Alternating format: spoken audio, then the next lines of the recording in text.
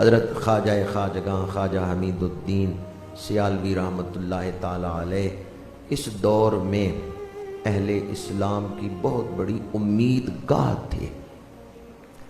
آج صرف سیال شریف والے یا سیالوی برادران یا چشتی برادران ہی غم محسوس نہیں کر رہے، آج پوری امت مسلمہ غم سے دوچار ہے۔ خواجہ حمید الدین سیالوی رحمۃ اللہ تعالی علیہ عالم اسلام کا سرمایہ ہے، آپ ملت اسلامیہ کا سرمایہ تھے۔ ابھی کچھ دن پہلے جب صحابہ کرام کے حوالے سے کچھ لوگوں نے بے ادبیاں کی تو خواجہ صاحب جاتے جاتے بھی بہت بڑا کام کر کے گئے ہیں، اپنے وصال تک احقاق حق اور ابطال باطل کے لیے وہ کوشاں رہے ہیں۔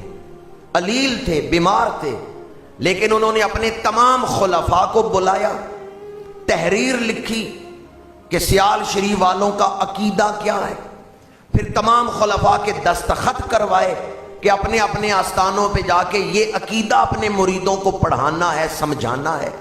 اس عقیدے میں آپ نے، وہ پرچہ میرے پاس بھی موجود ہے، اس میں آپ نے توحید کا ذکر کیا ہے، حضور کی رسالت ختم نبوت کا ذکر کیا ہے، اور پھر اس میں آپ نے لکھا ہے کہ ہمارا عقیدہ یہ ہے حضور کے بعد، نبیوں کے بعد اولاد آدم میں جو سب سے افضل ہستی ہے اس کا نام صدیق اکبر ہے، پھر فاروق اعظم ہے، پھر عثمان غنی ہے، پھر مولا علی شیر خدا ہے۔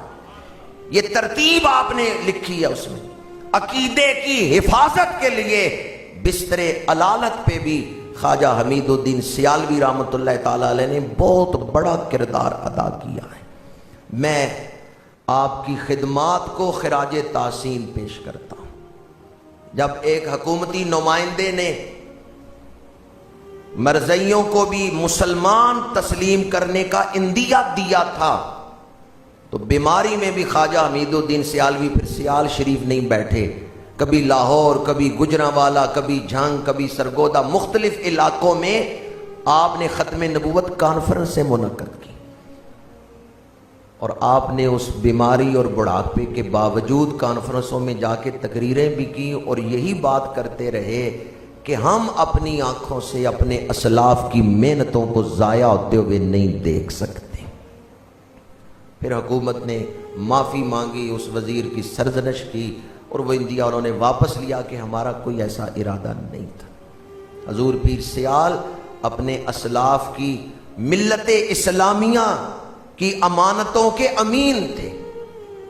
آج صرف سیالوی برادران یا چشتی برادران ہی اپنے دلوں میں غم نہیں محسوس کر رہے، آج ہم سب اپنے دلوں میں غم محسوس کر رہے ہیں۔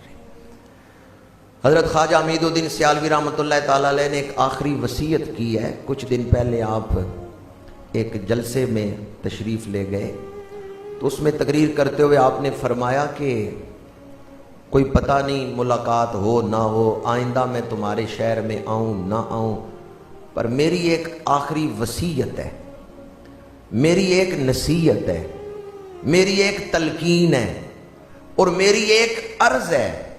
یہ آپ نے لفظ بولے، اس کو یاد رکھنا۔ لوگ سارے ہمتن متوجہ ہیں کہ آپ کیا وصیت کرنے لگے ہیں۔ فرمایا اپنی نظروں کو پاک رکھنا۔ کسی کے گھر جاؤ تو اس کی بیٹی کو اپنی بیٹی سمجھنا، اس کی بہن کو اپنی بہن سمجھنا، کسی کی عزت کو تار تار نہ کرنا۔ خواجہ صاحب نے یہ وصیت فرمائی ہے جو آخری جلسوں میں آپ تشریف لے گئے۔ فرمایا اپنی نگاہوں کو پاک کر لو۔ جہاں عقیدے کے پاسبان تھے وہیں آپ فکر آخرت اور اسلاف کی تعلیمات جو ہیں، پاک دامنی، حیا، اس کو بھی معاشرے میں فروغ دینے والی ہستی تھی۔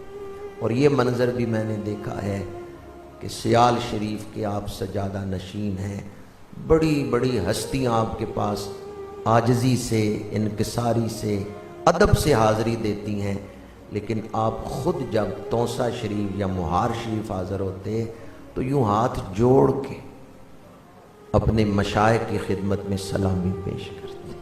انتہائی ادب، سادات کا ادب، اور اپنے مشائخ کا یا پتہ چلتا کہ یہ فلاں بزرگ کی اولاد میں سے ہیں، اتنا ادب کرتے تھے کہ اس دور میں بہت کم یہ منظر دیکھنے میں آیا ہے۔ ادب ہی ہمارا سب